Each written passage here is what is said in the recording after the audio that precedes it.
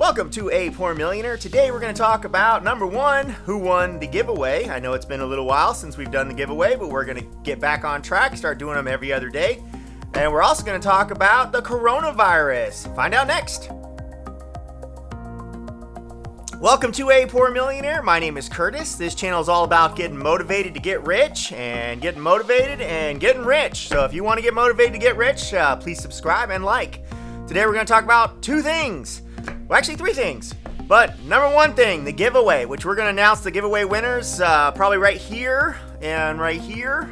Keep it random. The people who won last time, we're also going to talk about the giveaway. The giveaway is if you put a comment down below, you're in the giveaway. If you put a comment down below on my last video, which was the Cybertruck, then you were in the giveaway, and that's why you won. You're one of the guys that won the giveaway. That's why that's how you win. You put a comment in. Now, if you add a buddy, he has an opportunity if he wins, he gets 20, and you win, then he wins, he gets 20, and you get 20. If you win, and then you get 40 because you have a buddy. So always try to get a friend to enroll. That way you double your chances of getting money, and you also double your money if you're the only person that wins. So if your buddy wins, he gets 20 and you get 20. If you win, you get 40. So always have a buddy. It always works out. Even if they got a buddy, then you still get 20 and they get 40 and then their buddy gets 20. So everybody wins, right? We're doing at least 2 giveaways every single time we do it. We're doing them every other day. And I'm trying to get back on track. Been super busy lately. Sorry if I haven't put out a video in a while. Plus my last video kind of blew up, which was very interesting. So it's hard to follow up when you're being successful. It's hard to follow up with another winner, right? So this one I'm sure won't be as popular, but who knows? Maybe we'll get lucky, right? But you know what? Before we do that, I want to say this video is all about the coronavirus and its conspiracy theories, and it's about getting, crazy and wild. So thing about this is being part, there's 10 reasons on my last video, the Cybertruck. If you didn't miss it, I'm gonna put it up here in a little, eye thing so that you can actually click on it and watch it. It's my most popular video now, so thanks guys. I appreciate watching it. And this will be number 11th reason why you should get a Cybertruck. You could get solar panels on it, and it's electric. So the ultimate survival truck, 15 miles per day, is what Elon said on the solar panels that come on the back of it. Now, obviously, you could put a trailer on it and add even more solar panels if you really want to get crazy. So ultimate survival conspiracy vehicle would be the Tesla Cybertruck. Today, we're going to talk about the coronavirus. Now, this isn't a conspiracy channel, but I am a conspiracy crazy person who believes in a few wacky things. So I apologize. But you know what? I mean, if you think about it, if you're a conspiracy nut, you might also want to be financially independent because you think that, things you want to be prepared for things. And how are you going to be prepared for things? You need to be financially independent. Be financially independent. That means you can afford to be a prepper or afford food and all that weird stuff and fancy Cybertrucks and 4x4 vehicles and, right? So it kind of goes together. I don't know, whatever. But anyway, today we're talking about the coronavirus. And we're not talking Corona beer, which I know the search engines are going crazy with people thinking coronavirus actually has to do with the beer. Well, it doesn't. But at the same time, though, it is weird that Corona also, if you rearrange the letters, is Raccoon City. How's that? I mean, for coincidence, right? Coincidence? I don't know, maybe. All right, and the other thing about Corona is in China, there actually is a research facility that has the Umbrella Corporation part of its logo. How does that, is that a coincidence? I don't know. Also, Bill Gates has donated money to a company that owns the rights, the patent on a virus called Corona. A coronavirus. I don't know, coincidence? Maybe, I don't know. It's getting a little weird out there, right? Let's talk about the new article in The Guardian that just came out. They've raised the death toll to 258 in China.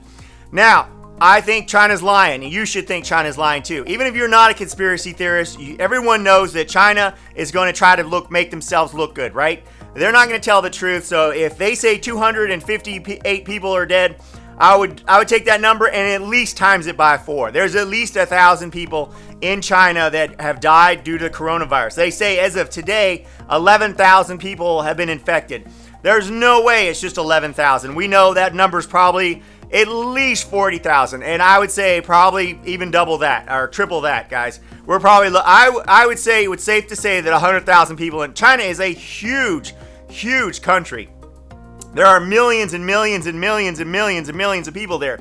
And they are very packed, densely packed together. This thing is spreading like wildfire. China's going crazy. They are quarantining cities and building hospitals. This is a picture of them having the earth movers, the front end loaders, just digging. They're trying to build these. Why do they need to build a big giant hospital if they've already got hospitals? If you think about it, only 6,000 people in a city or spread out over the country are sick, or 11,000 are sick in the country, they'd have plenty of room to put those people into hospitals. But no, they're obviously, China is seeing this as a huge problem, and it is. They've actually also they've also shut down about half of the movie theaters in the country. So the movies that are about to come out, that are even movies from the United States that are about to come out in China, are going to get hit hard. There's not going to be a domestic or international opening for movies like Birds of Prey and other movies, which are probably going to go under. So that's going to be financial. I mean, just in the financial ramifications of the coronavirus, and guys, when there's a crash, or even if China's stock market crashes because of coronavirus, it's an opportunity for people to make money. If you're in China, sell everything and buy it at the bottom, and you know it's going to go right back up, because you know China's going to recover. This isn't the end of the world. This is just a catastrophe. You know, it's a national catastrophe, but they will recover. Things will get back to normal. And if you buy at the bottom, you can make money on it. It's the same thing that happens. If this spreads to the United States, the United States stock market crashes, well, get out of the market, get back in when it's at the bottom, and ride it back up, right? Same thing. There is always money to be made. And maybe you might say, well, you're making money on tragedy or something. Guys, that's not how it works in the real world. In the real world, you have to, I mean, making money kind of is making money on tragedy, because like when you buy a house, and you might be buying a house because someone passed away and someone inherited that house, and they can't keep the upkeep, they can't rent it out, they don't have the money to fix it up, so you buy it cheap. Well, that's a tragedy. That's a tragedy in their family, but at the same time, though, you're taking that house and bringing it up to speed and making it nicer and renting it out and putting it or taking an asset and turning it into a more valuable asset, right? China is quarantining entire cities. They've quarantined entire cities bigger than New York City. So this is a major thing going on in China. This is going to have major ramifications. Now, I went out because I'm a conspiracy theory and because I'm crazy, and because I have because I'm a poor millionaire, so I got a little bit more money than the average person. I went out and bought all the food that I would need for the people who would show up at my house, who I would need to feed, my loved ones, right? So I bought everything I would need for at least 1 month in fun food, right? I bought junk food, basically. But I already had, and everything I would normally buy, I bought that as well. Right, so a little bit extra food. I went out and got a month's worth of food. But here's the thing.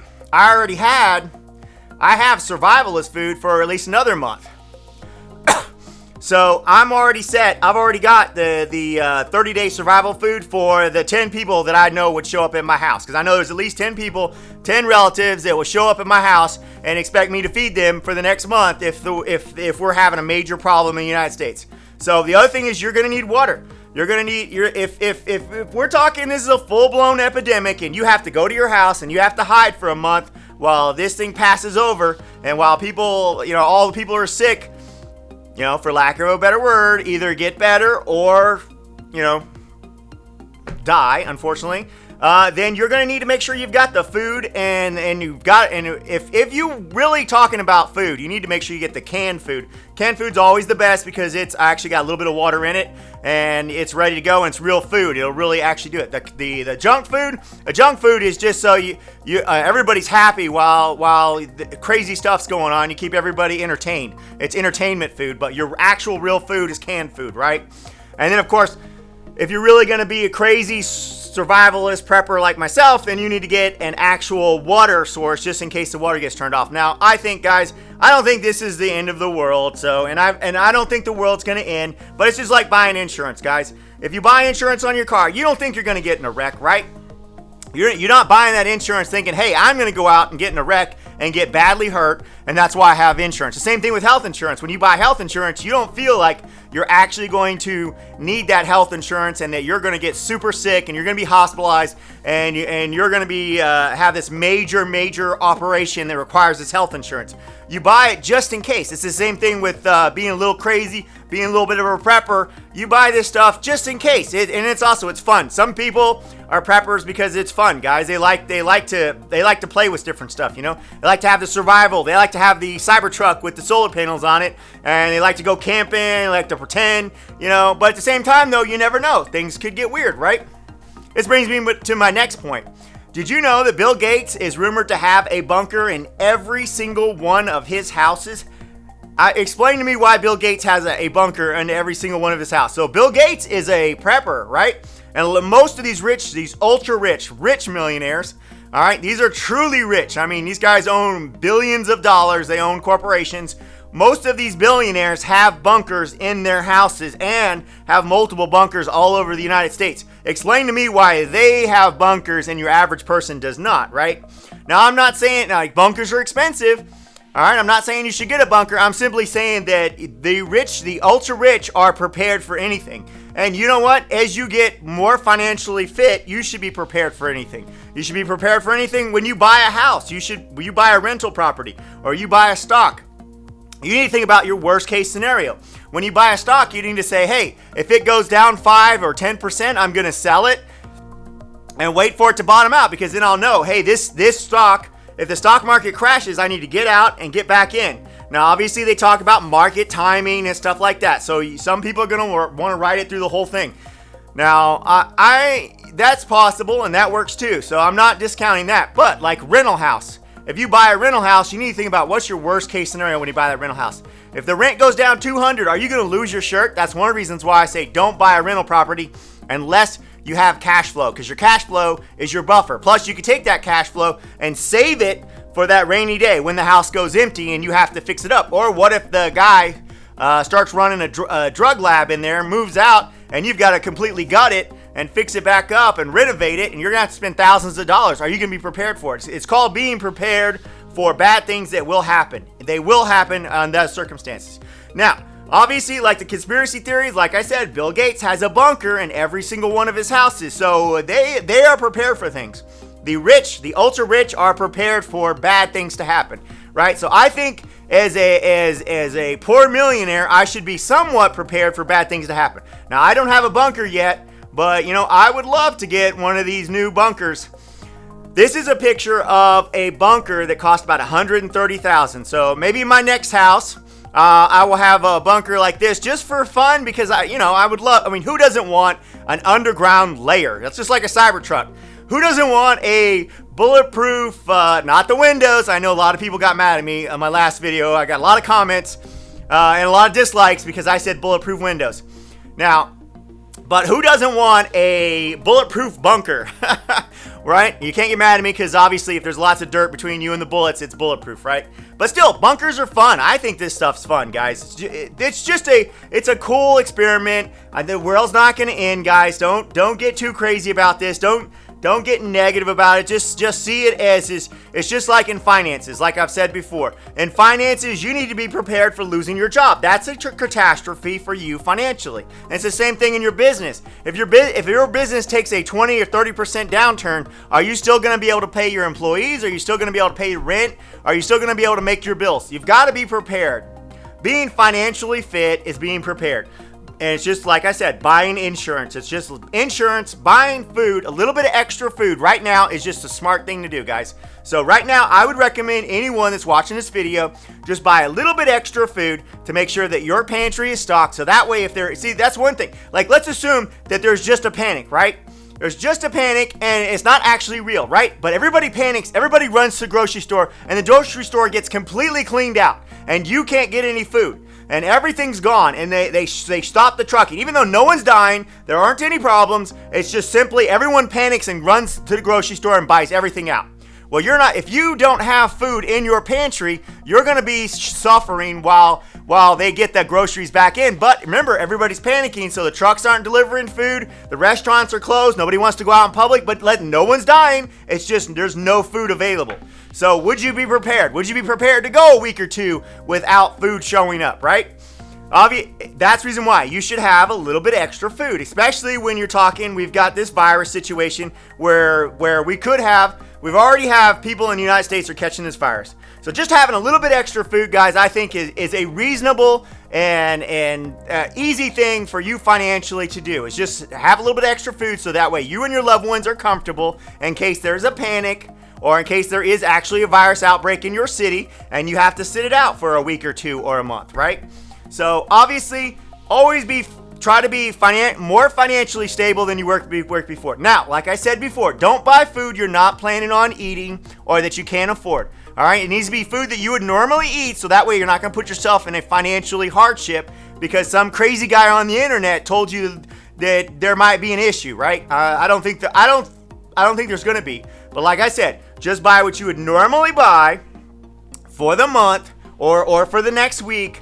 But make sure you have a little bit extra. That and that way, like if things hit really crazy, I'm gonna go and buy more food again. Why? Because I want to make sure I have plenty of food for the 10 people who are gonna show up randomly at my house and expect me to feed them. Because they're like, hey, the Poor Millionaire is my buddy, and I'm gonna come eat at his house, right? If you're watching this video, don't come by because there's gonna be too many people already here trying to eat the food, right?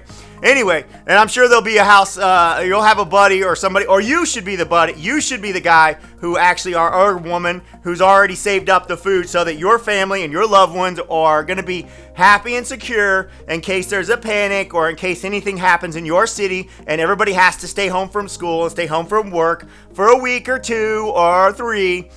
So you're set. Guys, I know this has been a little bit different from my normal video, but at the same time, this is thinking ahead. This is being independent, financially independent, being smart. This is about insurance. This is taking care of business and doing your due diligence. Guys, I appreciate you tuning in. Please subscribe to my channel. Please like my channel, and I will see you in the next video.